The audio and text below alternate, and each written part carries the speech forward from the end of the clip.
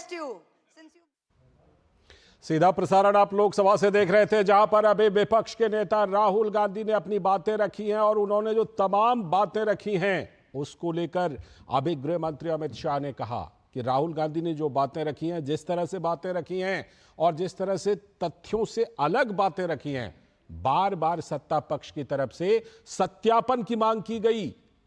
तो अमित शाह केंद्रीय गृह मंत्री ने कहा कि सारी बातों का सत्यापन होना चाहिए और लोकसभा अध्यक्ष ने भरोसा दिया है कि इन सारी बातों को सत्यापित किया जाएगा और जो बातें सत्यापित नहीं होगी, हम जानते हैं कि फिर क्या होता है, उसे एक्सपंज कर दिया जाता है, यानी कि कार्यवाही से उन चीजों को निकाल दिया जाता है। हम इन्हीं मुद्दों पर चर्चा करेंगे आज कि क्या कुछ राहुल गांधी ने अपने भाषण जो दिया है विपक्ष के नेता के तौर पर, यह उनका पहला भाषण था, तो इस भाषण में क्या कुछ रहा, विपक्ष ने किस तरह से अपनी जिम्मेदारी को समझा है, क्या जिम्मेदारी निभा रहे हैं, राहुल गांधी जो बातें कह रहे हैं उसमें कितने तथ्य नहीं हैं, इन सभी मुद्दों पर हम चर्चा करेंगे।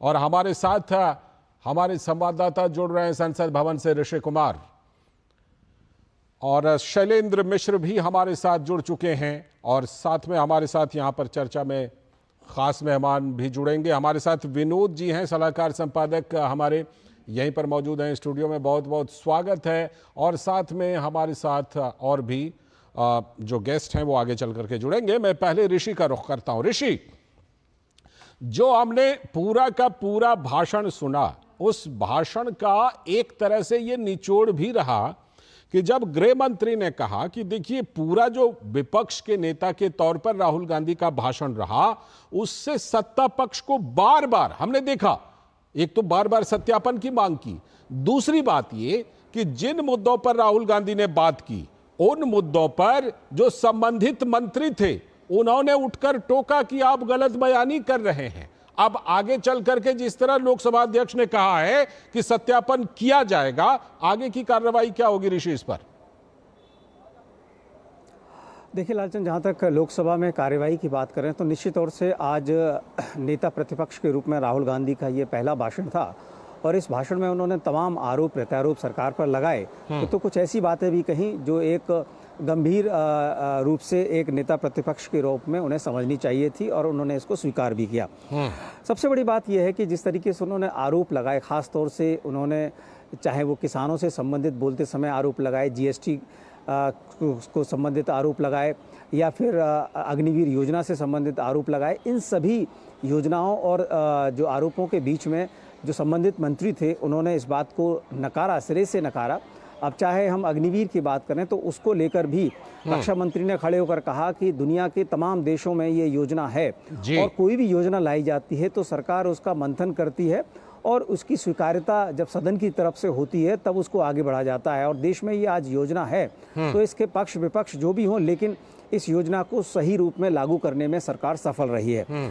दूसरा जो मसला था कि जिसमें कि उन्होंने कृषि के रूप में अगर जो किसी की जो उपज होती है उसका जो दाम है उसकी फिक्सेशन को लेकर जो बात कही थी एमएसपी की, तो एमएसपी को लेकर जब आरोप लगाया तो उस समय भी कृषि मंत्री ने कहा कि यह गलत है और देश में तमाम ऐसी जिन्स हैं जहां पर चाहे वो गेहूं हो, चावल हो, बहुत सारी चीज़ें हैं जहां पर ये एमएसपी की व्यवस्था लागू है और इसमें सरकार ने बढ़ चढ़कर एमएसपी को लागू करते हुए न सिर्फ खरीदा बल्कि रिकॉर्ड खरीदारी सरकार ने किसानों से की है। बाद में राहुल गांधी ने कहा कि वो कानूनन इसको स्वीकार्यता की बात कर रहे थे, उसको लीगल प्रोविजन देने की बात कर रहे थे। इसी तरीके से तमाम ऐसे मुद्दे रहे जिसमें कि धार्मिक मुद्दों को उन्होंने उठाने की कोशिश की, जिस पर कि ट्रेजरी बेंचेस ने सरेआम उन पर आरोप लगाया कि वो एक धर्म को कटघरे में खड़ा करने की कोशिश कर रहे हैं और ये गलत है। शुरुआत में ही उन्होंने जब इस तरीके के भाषण दिए तो पूरा का पूरा ट्रेजरी बेंच इसको एक सिरे से खारिज करते हुए नजर आया और सभापति ने भी कहा कि आप इस तरीके के भाषण नहीं दे सकते जो कि किसी की भावनाओं को आहत करने वाले हों। और सबसे बड़ी बात ये रही कि उन्होंने बीच में सभापति के तौर पर स्पीकर से भी इस तरीके की बातें कहीं जिसमें स्पीकर ने साफ कहा कि किसी को सम्मान देना या न देना ये हमारी संस्कृति का हिस्सा है और जो उम्र में बड़ा होता है उसको संस्कृति, उन्होंने कहा कि वो व्यक्तिगत तौर से और सार्वजनिक तौर से इसको अपनी अपनी पर्सनालिटी का हिस्सा मानते हैं और इसी वजह से सदन के अंदर भी जो उनसे उम्र में बड़े हैं, तजुर्बे में बड़े हैं, उनका वो सम्मान करते हैं। तो कुल मिलाकर राहुल गांधी की भाषणों में हालांकि उन्होंने एक अच्छी बात कही कि किस तरीके से वो नेता प्रतिपक्ष के रूप में जो जिम्मेदारी निभाना चाहते हैं वो समूचे विपक्ष की आवाज़ है और इसमें वो सबको साथ लेकर चलना चाहेंगे। कुल मिलाकर उनके भाषण के दौरान तमाम टोका टिप्पणी हुई, लेकिन एक बात ज़रूर है कि गृह मंत्री ने साफ तौर से उनके पूरे के पूरे भाषण को कटघरे में खड़ा कर दिया, ये कहकर कि इनकी अधिकांश बातें गलत है, तथ्य नहीं है और इसको ऑथेंटिकेट किया जाना ज़रूरी है। तो अब देखना होगा कि इस पर सभापति ने भी अनुमति दी है कि इसको ऑथेंटिकेट किया जाएगा, तो ये बात के बुलेटिन्स में आएगा कि क्या क्या उनकी बातें ऑथेंटिकेट हुई, क्या क्या नहीं हो पाए। जी बिल्कुल ऋषि, जिस तरह से कि ये बातें, जिस तरह राहुल गांधी ने अपनी सारी की सारी बातें रखी हैं, हमने ये देखा कि उन्होंने कई बातें ऐसी रखी जैसे हिंसा नहीं होनी चाहिए। सवाल ये है कि किस चीज़ का रेफरेंस दे रहे थे, कहाँ पर हिंसा हो रही है जिसकी हिंसा नहीं होनी चाहिए। राष्ट्रपति के अभिभाषण पर चर्चा का मतलब क्या होता है कि राष्ट्रपति ने अपने अभिभाषण में जिन मुद्दों का जिक्र किया है उन मुद्दों पर आप बिल्कुल खुल करके बोल सकते हैं, अपनी बातें, अपना नज़रिया रख सकते हैं। लेकिन सवाल है कि राहुल गांधी की भाषण में हमने बार बार ये सुना कि हिंसा नहीं करनी चाहिए, किसी का ये नहीं कर, सवाल फिर बात वही बनती है आकर के कि क्या वो किस बात का रेफरेंस दे रहे थे, क्या वो बोल रहे थे, क्या राष्ट्रपति के अभिभाषण पर बोल रहे थे राहुल गांधी? कितना सा हिस्सा उनका राष्ट्रपति के अभिभाषण पर था? देखिए, जहाँ तक राहुल गांधी के अभिभाषण का राष्ट्रपति के अभिभाषण में जो बिंदु हैं उनसे देखा जाए तो मुझे लगता है कि आधे से भी कम हिस्सा उनका इसमें सम्मिलित था और इसी वजह से सभापति ने इसको बीच बीच में उनको टोका और कहा कि किसी पर भी व्यक्तिगत हमला ना करें, और ख़ास तौर से जब उन्होंने प्रधानमंत्री पर भी व्यक्तिगत हमला करने की कोशिश की और उनके भाषणों को जिक्र किया तो उस समय भी सभापति ने कहा कि यह उचित नहीं है और आप राष्ट्रपति के अभिभाषण पर धन्यवाद प्रस्ताव पर चर्चा करने के लिए खड़े हुए हैं। आप सरकार की आलोचनाएं करिए, नीतियों की आलोचनाएं करिए, लेकिन व्यक्तिगत हमले सदन में करना नियमों के अनुरूप नहीं है। तो इसी वजह से कहा जा सकता है कि उनका ये भाषण व्यक्तिगत आरोपों के ऊपर ज़्यादा फोकस्ड था, ना कि नीतियों के ऊपर। जी लालचंद जी, जिस तरह से कि राहुल गांधी ने ये तमाम अपने भाषणों में जिक्र किया है, मैं लौटता हूं आपके पास। हमारे पास शैलेंद्र भी हमारे साथ जुड़े हुए हैं, विजय कौशिक जी भी कांग्रेस नेता जुड़ गए। बहुत बहुत स्वागत विजय कौशिक जी। और विजय शर्मा जी भी हमारे साथ, भारतीय जनता पार्टी के प्रवक्ता हैं, बहुत बहुत स्वागत आपका भी। मैं पहले शैलेंद्र के पास चलता हूं, उसके बाद फिर आप लोगों के पास लौटकर चर्चा करूंगा। शैलेंद्र, जिस तरह से कि बार बार सत्ता पक्ष ने कहा कि ऑथेंटिकेट कीजिए, ऑथेंटिकेट कीजिए, और फिर जब राहुल गांधी का भाषण भी खत्म हो गया तो केंद्रीय गृह मंत्री ने कहा सत्यापन होना चाहिए, लोकसभा अध्यक्ष ने भी कहा सत्यापन किया जाएगा। अगर जो बातें सत्यापित नहीं होती हैं शैलेंद्र, तो क्या राहुल गांधी के संबोधन से उन बातों को एक्सपंज किया जाएगा?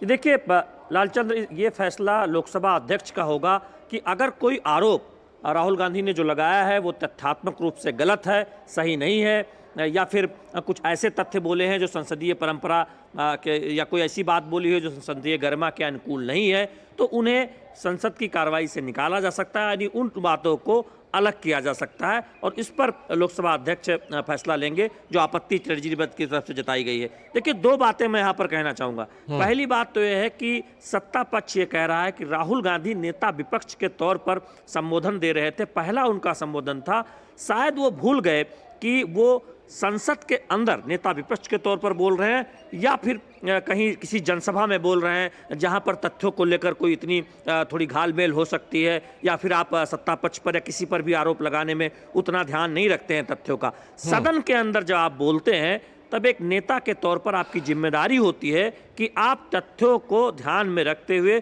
उन्हीं बातों को सामने रखें जो सही हो, यानी आरोप लगाते वक्त भी तथ्यों का ध्यान रखा जाता है। तो सत्ता पक्ष ये कह रहा है कि देखिए, राहुल गांधी इसमें बिल्कुल इस बात का ध्यान नहीं रखते हैं, निजी आरोप में लगाने में भी या फिर कोई आरोप तथ्यों के आधार पर लगाने पे। इसीलिए जब एमएसपी को लेकर अपनी बात कही, शिवराज सिंह चौहान कृषि मंत्री खड़े हुए, उन्होंने कहा एमएसपी दिया जा रहा है, बढ़ा कर दिया जा रहा है, तब उन्होंने कहा कि नहीं, वो एमएसपी की गारंटी की बात कर रहे हैं। इस तरह से आप देखें, जब उन्होंने कहा कि हिंदू हिंसक नहीं हो सकता, आप बीजेपी की तरफ इशारा करते हुए कि ये लोग हिंसक हैं, तब हमने देखा कि सत्ता पक्ष की तरफ से कई नेता खड़े हुए, ये कहा गया कि ये राहुल गांधी नहीं कह सकते, उन्हें माफी मांगनी चाहिए, और तब उन्होंने सफाई दी। आप उस तरह से देखें, कई ऐसे बात आई, कई ऐसी बात उन्होंने कही जिसमें सत्ता पक्ष की तरफ से, ट्रेजरी बेंच की तरफ से आपत्ति जताई गई, फिर उन्होंने उस पर बात एक तरह से घुमाई।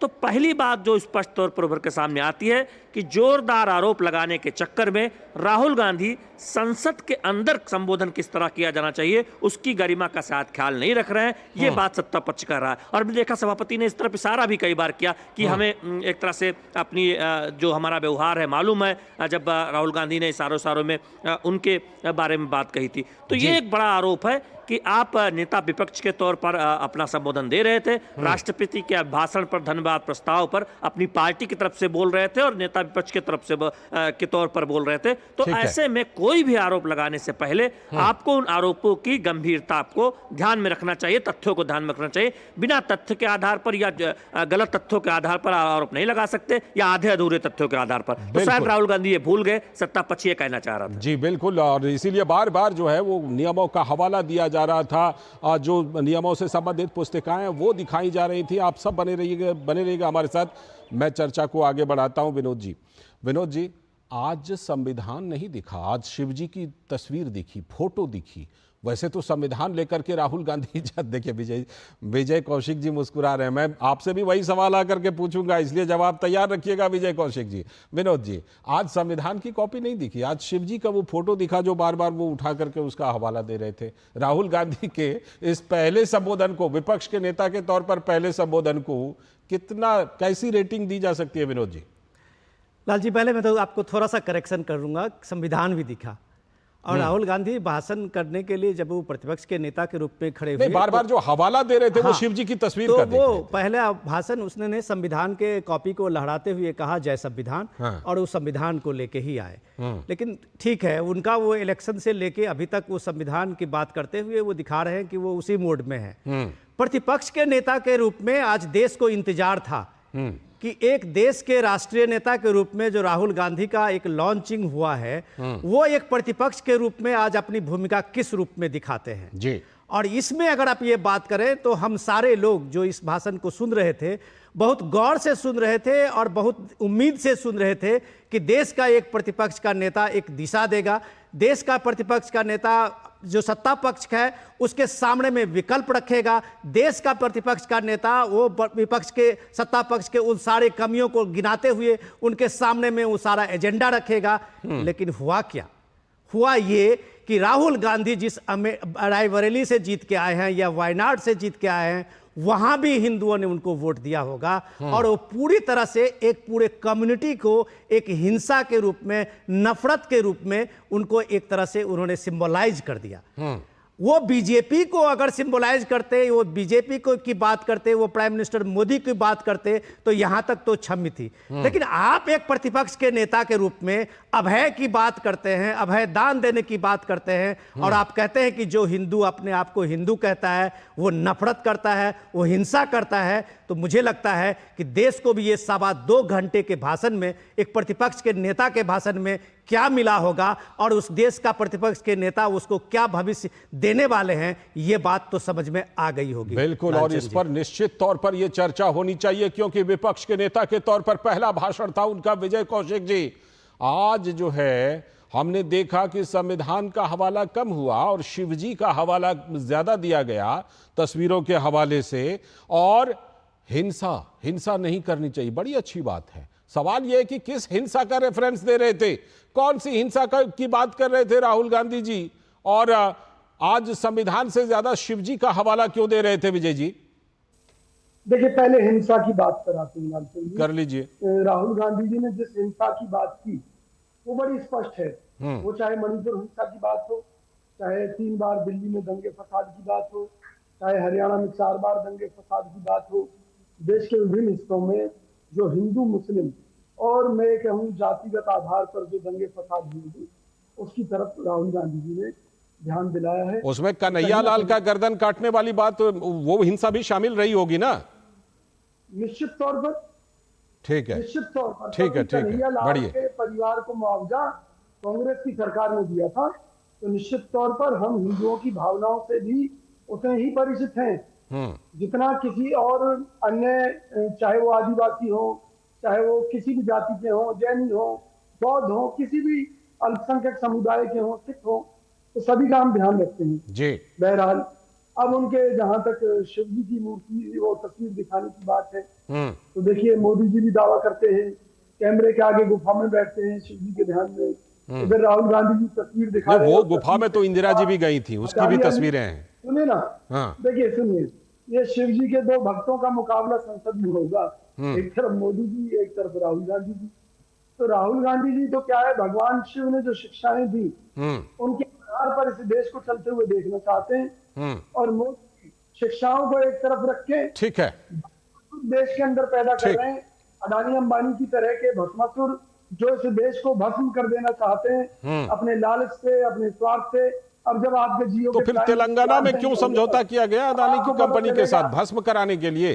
तेलंगाना में समझौता जो है वो क्या तेलंगाना को भस्म करवाने के लिए समझौता हुआ है? नहीं, उनसे हमारी बात हुई है कि वो मोदी जी के साथ जो उन्होंने घालमेल किया, ठीक है, चलिए मैं लौटता हूं विजय जी, लौटता हूं। मैं शिव जी की फोटो को लेकर इसलिए बार बार जिक्र कर रहा था क्योंकि लोकसभा अध्यक्ष ओम बिरला ने बार बार इस चीज का जिक्र किया कि आप ऐसे नहीं कीजिए, ये नियमों के विरुद्ध है। विजय शर्मा जी, आपने विजय कौशिक जी के भी तर्क को सुना, आपने हमारे साथ यहां बैठ करके राहुल गांधी के संबोधन को भी सुना। आपको कितना लगा कि विपक्ष के एक नेता के तौर पर वो आए हैं, पहला संबोधन था, आपको कितना लगा कि हाँ ठीक है ये एट पार है, विपक्ष के नेता को इस तरह बोलना चाहिए? देखिए, राहुल गांधी जी ने आज देश को फिर निराश कर दिया। आज फिर उन्होंने साबित कर दिया कि वो हिंदू विरोधी हैं, वो सेना विरोधी हैं, वो किसान विरोधी हैं, और वो चाइना से, चीन से बहुत ज्यादा प्रेम करने वाले हैं। मैं बिंदुवार इनका छोटे से उसमें आपको बता देता हूँ। ठीक है, किस तरह से उन्होंने हिंदू धर्म को, जबकि आपको पता है संसद के अंदर अधिनियम 125 के तहत किसी भी, मतलब आप संसद के बाहर भी किसी भी धर्म को आप हिंसक नहीं बता सकते हो, तो उन्होंने हिंदू और हिंदुत्व को कैसे हिंसक बताने का काम किया है। दूसरा मैं आपको बात बता दूं इन्होंने कैसे चाइनीज सेना का हवाला देके कि अग्निवीर योजना में हमारे सैनिकों को 6 महीने और उनकी सेना को 5 साल का परीक्षण दिया जाता है और उसके बाद में उनको सामने खड़ा कर दिया जाता है। तो किस तरह से हमारी सेना का मनोबल गिराने का काम किया है, इनको शर्म आनी चाहिए। वो सेना जो रात दिन अपनी शहादत देके अपने घर परिवार को छोड़ करके देश की सुरक्षा करती है, ये राहुल जी अपनी बहन के साथ लद्दाख में वहां स्नोफॉल का, और किस तरह से वहां अपना उन्होंने जब ये यात्रा निकाली थी किस तरह से निर्भीक होकर लद्दाख की सड़कों पे घूम रहे थे, ये वही सेना है जिन्होंने इनकी रक्षा की थी। उस सेना का इन्होंने चाइना के साथ लेकर के, तो इन्होंने चाइना प्रेम फिर दोबारा से एक बार इन्होंने दिखा दिया है। दूसरा मैं बताता हूं किसानों के बारे में।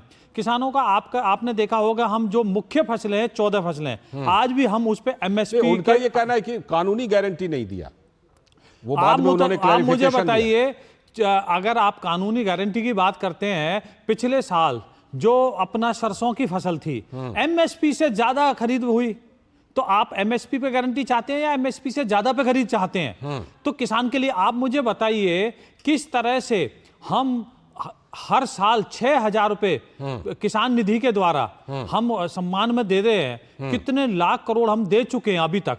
तो आप मुझे बताइए वो क्या गलत है क्या? 11 लाख करोड़ के आसपास हम सब्सिडी दे चुके हैं किसानों को खाद पे। तो अब मैं उनकी दूसरी बात पे आता हूं, उन्होंने किस तरह से अपमान किया है। उन्होंने कोई भी एक भी कार्य ऐसा नहीं किया जो, मतलब आप मोदी विरोध करते करते देश विरोध पर आ गए। सेना का विरोध मतलब देश विरोध है।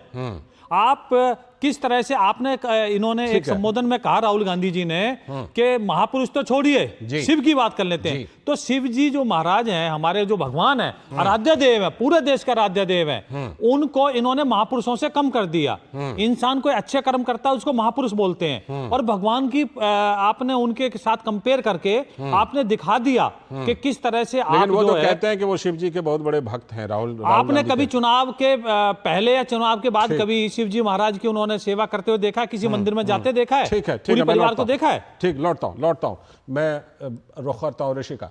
ऋषि, विपक्ष के नेता के तौर पर राहुल गांधी का तो भाषण हो गया, चलिए जो भी रहा जैसा भी रहा। अब इसके बाद अभिभाषण पर चर्चा के दौरान अब आगे आज संसद में क्या कुछ होना है, क्या हो रहा है अभी?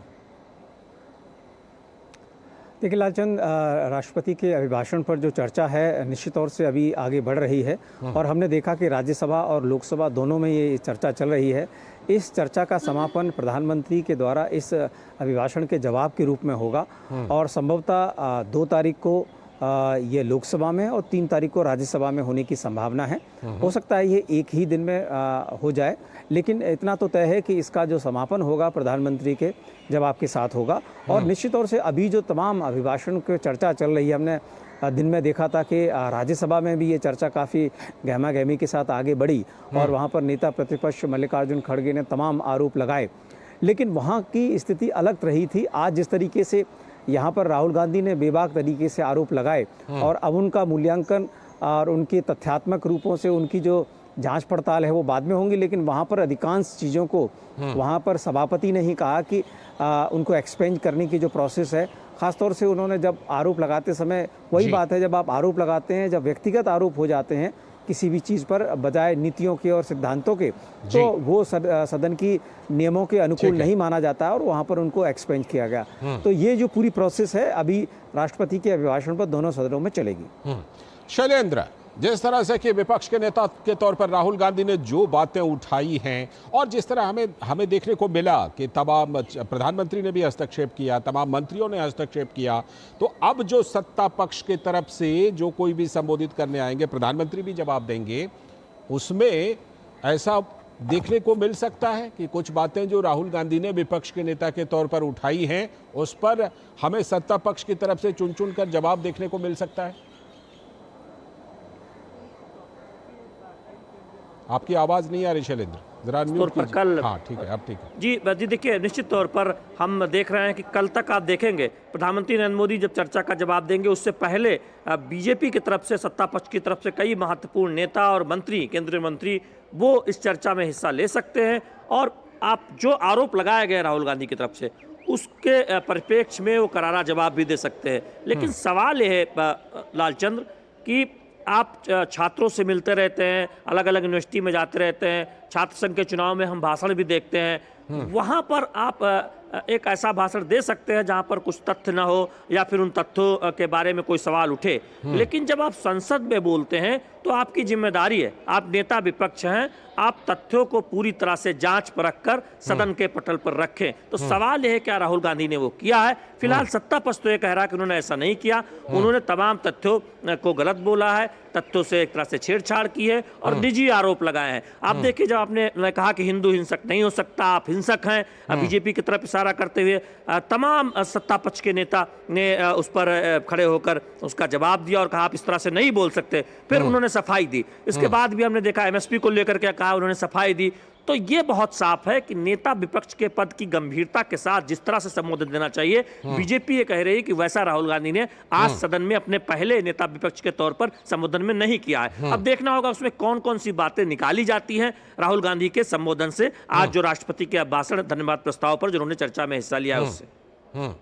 ठीक है, मैं लौट करके और इस चर्चा को आगे बढ़ाऊंगा। बिल्कुल आप सभी के पास आऊंगा, विनोद जी के पास भी आऊंगा, आप सभी के पास आऊंगा, आप सब हमारे साथ बने रहिएगा। अभी एक ब्रेक ले लेते हैं, ब्रेक के बाद जब लौटेंगे तो फिर इस चर्चा को हम जारी रखेंगे। बात जब पीढ़ियों के लिए बनने वाले घर की हो तो जिम्मेदारी बड़ी हो जाती है। गैलेंट समझता है ये जिम्मेदारी। अब डबल एम रिब्स के साथ गैलेंट एडवांस TMT रीबार निर्माण का रियल हीरो। ज्यादा उपज और भरपूर मुनाफा भी। दोनों मिलेंगे टोरी से, एक हाथ में खरपतवार की हार और दूसरे हाथ में ज्यादा पैदावार। समझे? IIL के ट्रैक्टर ब्रांड का टोरी। अब खरपतवार होगा हक्का बक्का, बढ़ेगा मक्का।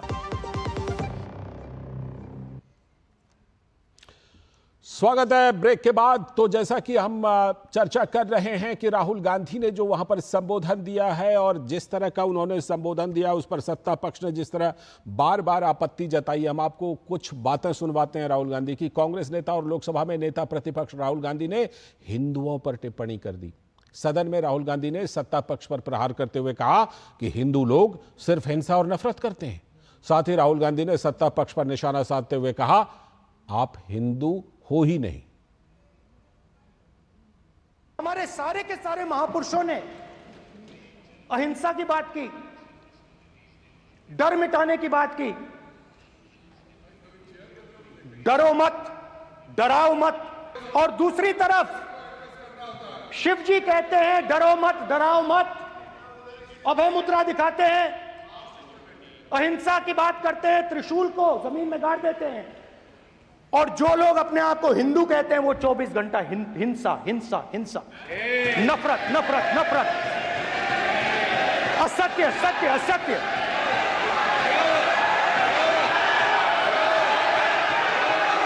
आप हिंदू हो ही नहीं। तो राहुल गांधी का यही वो बयान था जिस पर सबसे ज्यादा हंगामा हुआ, जो उन्होंने अपने बयान में हिंदुओं पूरे समुदाय को लेकर ये टिप्पणी कर दी।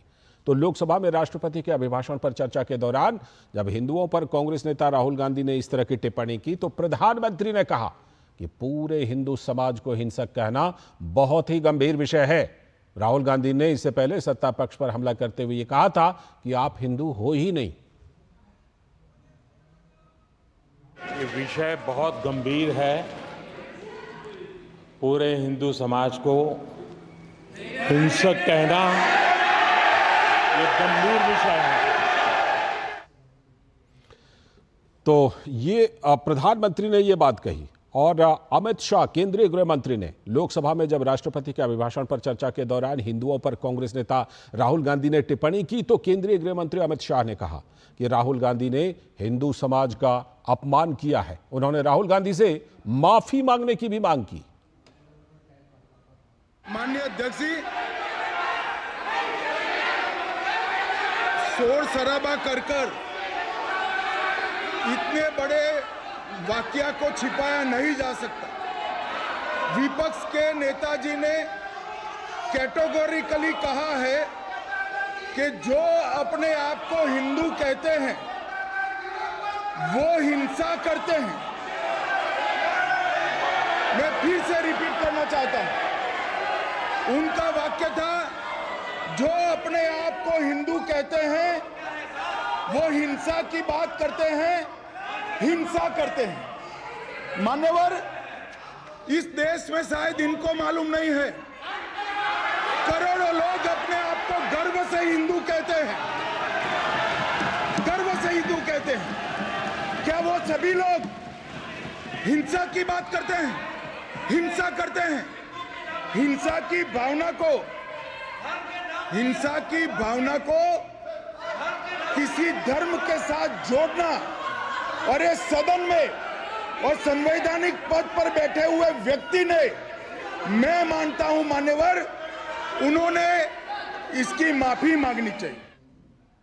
एक और बयान जो अग्निवीर योजना के बारे में थी। तो लोकसभा में अग्निवीर योजना पर नेता प्रतिपक्ष राहुल गांधी के बयान पर पलटवार करते हुए रक्षा मंत्री राजनाथ सिंह ने कहा कि राहुल गांधी झूठ बोलकर सदन को गुमराह करने का काम कर रहे हैं। उन्होंने कहा कि यह योजना बहुत ही सोच समझ कर लाई गई है। काफी दिनों तक विचार करने के बाद ये योजना लाई गई है। दुनिया के कई देशों जिनमें यूके, अमेरिका, ये योजना पहले से ही है, लेकिन इससे कहीं भी किसी को कोई आपत्ति नहीं है। लेकिन यहां योजना के बारे में बिना जाने लोग इसकी आलोचना कर रहे हैं। 158 ऑर्गेनाइजेशन के साथ सीधा संवाद स्थापित हुआ है, उनके सुझाव लिए गए हैं, तब यह अग्निवीर योजना लाई गई है और बहुत सोच समझकर यह योजना लाई गई है। और मैं यह भी स्पष्ट कर देना चाहता हूं, इस प्रकार की योजनाएं दुनिया के कई देशों में है, यूएस में है, यूके में है, वहां पर किसी को कोई किसी प्रकार की आपत्ति नहीं है। अब बिना अग्निवीर योजना के बारे में समझे, बिना उस संबंध में कोई पूरी जानकारी हासिल किए इस तरीके से सदन को गुमराह करना, इसे कदापि उचित नहीं ठहराया जा सकता। तो एक एक मुद्दे पर यह जवाब दिया है। जिस मंत्रालय से जुड़ा हुआ मुद्दा था उस पर मंत्रियों ने जवाब दिया राहुल गांधी को और कहा कि तथ्यहीन बातें आप बोल रहे हैं। इसी पर हम आज चर्चा कर रहे हैं। हमारे साथ हमारे सारे मेहमान जुड़े हुए हैं। मैं पहले विनोद जी का अब रुख करता हूं। विनोद जी, जो हमने देखा, आ रहा हूं विजय जी, आ रहा हूं, आपके पास भी आऊंगा। विनोद जी, जो हमने देखा कि हर मुद्दे पर प्रधानमंत्री ने भी हस्तक्षेप किया जब हिंदू वाला मुद्दा आया, और जिस मंत्रालय से जुड़ा हुआ मुद्दा था उस पर हमने देखा कि वहां पर संबंधित मंत्रियों ने टोका। राहुल गांधी राष्ट्रपति के अभिभाषण पर कम बोले, इधर उधर की बातें ज्यादा कर दी। एक इंटरवेंशन में जो प्रधानमंत्री ने कहा वो अभी देश को ये गौर करने के लायक है और सदन को की भी समझने की ज़रूरत है कि उन्होंने कहा कि मैं पर्सनली पीएम ने कहा मैं प्रतिपक्ष को के नेता को बहुत गंभीरता से लेता हूं और गंभीरता से सुनता हूं। तो जाहिर सी बात है, देश के प्रधानमंत्री ने जो लोकतंत्र की मर्यादा है, संविधान की जो मर्यादा है, उस मर्यादा में उन्होंने प्रतिपक्ष के नेता को गंभीरता से सुनने की बात कही है। बिल्कुल। लेकिन सवाल यह है कि जब प्रतिपक्ष के नेता, मैं आपको यह बताऊं कि कल प्राइम मिनिस्टर का जैसे ही इस पे जवाब होगा, राहुल गांधी उसमें नहीं होंगे, वॉकआउट कर जाएंगे। और बिल्कुल करेंगे। और मैं आपको ये 24 घंटे पहले कह रहा हूं कि क्योंकि आज तक कांग्रेस पार्टी में राहुल गांधी जब भी सदन में आए हैं, उन्होंने कभी भी सत्ता पक्ष और प्राइम मिनिस्टर के भाषण को पूरा नहीं सुना है। और यही बात है राहुल गांधी के साथ में कि वो सुनाने के लिए सिर्फ अपने को जाने जाते हैं, सुनने के लिए नहीं। तो सदन की जो गरिमा है कि राष्ट्रपति के अभिभाषण में, कि राष्ट्रपति के अभिभाषण की बात जब हम करते हैं तो थोड़ी सी इस बात को समझना चाहिए कि लोकसभा, राज्यसभा बिना राष्ट्रपति के पूरा नहीं होता। या आप कह सकते हैं कि ये सारी सभाएं जो है वो राष्ट्रपति में निहित है जी। और एक राष्ट्रपति का जो भाषण था, उस पे ये धन्यवाद प्रस्ताव में जब आप इस तरह का अभय का वरदान दे रहे थे, निर्भय और निडर की बात कर रहे थे, तो लोग आपसे पूछेंगे कि पश्चिम बंगाल में जिस तरह से एक महिला के वीडियो वायरल हो रहे हैं और उस तरह से सरेआम उस महिला को एक कंगारू कोर्ट में शरीयत कानून का हवाला देके उसको पीटा जा रहा है, राहुल गांधी उसे अभय का दान क्यों नहीं देते? था ही नहीं, क्यों नहीं इस अपने भाषण में, जो ये 2 घंटे का भाषण था, एक बार काश उस अभय दान देते हुए उस महिला को भी बोलते कि ये पूरा सदन उसके साथ में खड़ा है, ये संविधान उसके साथ में खड़ा हुआ है। जो संविधान वहां तार तार हो रही थी पश्चिम बंगाल में, जो फंडामेंटल राइट और एक महिला की गरिमा तार तार हो रही थी, अगर राहुल गांधी बोलते तो शायद उनकी शिव जी की फोटो और इस फोटो के दिखाने की जरूरत नहीं पड़ती। विजय जी, आप टिप्पणी कर रहे थे, एक तो वो कीजिए, दूसरा कहीं कोई जिक्र नहीं, ना संदेश खाली का जिक्र, ना हिंसा कर रहे हैं, लेकिन जहां से हिंसा हुई है उसका कोई जिक्र नहीं। देखिए, सबसे पहली बात मैं आपको ये बताना चाहता हूँ कि जो हिंदू शब्द वाले मुद्दे पर राहुल गांधी जी के ऊपर आरोप लगाया जा रहा है वो गलत है।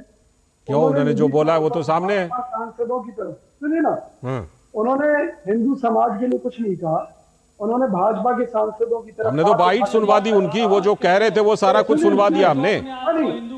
सुनिए, वो बाकायदा भाजपा के सांसदों की तरफ बात करके।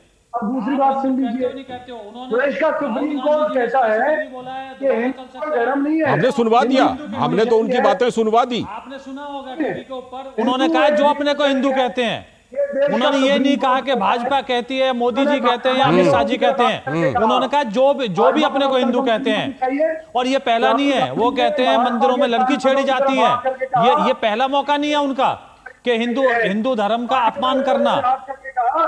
कि ये जो अपने आप को हिंदू कहते हैं उनके लिए कहा उन्होंने। नहीं, देखिए आप गलत उनका बचाव कर रहे हो, आप बचाव मत कीजिए उनका, सच पे आधारित बोलिए। उन्होंने बोला है जो अपने आप को हिंदू बोलते हैं उन पे बोला है, और किस तरह से उन्होंने सेना का अपमान किया है और किस तरह से असत्य बातें की हैं। आप मुझे बताइए सदन में। ठीक है, जो भी जैसा भी भाषण दिया गया है, राहुल गांधी के द्वारा जैसा भी भाषण दिया गया देश के सामने है, और सब लोग इसकी समीक्षा करेंगे कि विपक्ष के नेता के तौर पर उनका पहला भाषण कैसा रहा। आप लोग भी जरूर समीक्षा कीजिए, जवाब जरूर सुनिएगा। और जो विनोद जी ने कहा कि वॉकआउट नहीं कीजिएगा, सुनिएगा, है ना। बहुत बहुत शुक्रिया विजय कौशिक जी जुड़ने के लिए, विजय शर्मा जी जुड़ने के लिए, विनोद जी जुड़ने के लिए, ऋषि आपका भी और शैलेंद्र आपका भी इस चर्चा में जुड़ने के लिए बहुत बहुत शुक्रिया। लेकिन हम जाने से पहले आपको बताते हैं कि नेता प्रतिपक्ष राहुल गांधी ने अग्निवीर योजना पर जब ये कहा कि ये योजना भारतीय सेना का नहीं बल्कि प्रधानमंत्री का ब्रेन चाइल्ड है, तो राहुल गांधी के इस वक्तव्य पर केंद्रीय मंत्री, संसदीय कार्य मंत्री किरेन रिजिजू ने कहा कि राहुल गांधी ने जो कहा वो उसको सत्यापित करें। किरेन रिजिजू ने रक्षा मंत्री राजनाथ सिंह को लेकर राहुल गांधी के बयान पर भी नेता विपक्ष की आलोचना की और उन्हें इस तरह के बयान से बचने की सलाह दी। राहुल गांधी ने राष्ट्रपति के अभिभाषण पर धन्यवाद प्रस्ताव पर हो रही चर्चा में नेता विपक्ष राहुल गांधी ने अग्निवीर योजना को लेकर रक्षा मंत्री राजनाथ सिंह के बयान पर कहा था कि रक्षा मंत्री कुछ भी बोले, इससे क्या फर्क पड़ता है। अभी माननीय गृह मंत्री जी ने जो बात रखे हैं कि 2 स्टेटमेंट जो रक्षा मंत्री जी ने बताया सदन को, और माननीय विपक्ष के नेता राहुल गांधी जी ने जो स्टेटमेंट रखा है, इसमें इन्होंने जो कहा है कि रक्षा मंत्री बोलने से क्या फर्क पड़ता है, इतना हल्का फुल्का कैसे स्टेटमेंट दे सकता है लीडर ऑफ ऑपोजिशन। इसलिए सर इन्होंने जो बात रखा है पुष्टि करना चाहिए और हम लोग भी सर नियम के मुताबिक अपना पर रखेंगे सर। वहीं बीजेपी के सांसद अनुराग सिंह ठाकुर ने लोकसभा में चर्चा के दौरान कांग्रेस पर जमकर हमला बोला। अनुराग सिंह ठाकुर ने कहा कि अगर संविधान बदलने का काम किसी ने किया है तो वो तो सिर्फ कांग्रेस पार्टी ने किया है और कांग्रेस के समय में ही आपातकाल लगाई गई थी और संविधान को तार तार कर दिया गया था। देश आपको कभी माफ नहीं करेगा। अगर संविधान को तार तार किसी ने किया था, संविधान को कुचलने का किसी ने काम किया था, तो वो भी आपने इमरजेंसी लगा कर किया था। देश आपको माफ नहीं करेगा। मैं कांग्रेस के बारे में इतना ही कहूंगा, ये तो संविधान की बात आपके मुंह से वो लगती है कि 100 चूहे खाकर बिल्ली हज को चली। और कांग्रेसीकरण करने की बात करूं, जैसा ये हर योजना का करते हैं, अगर इसको मैं कांग्रेसीकरण करके कहूं कि 100 संशोधन करके कांग्रेस संविधान बचाने को चली।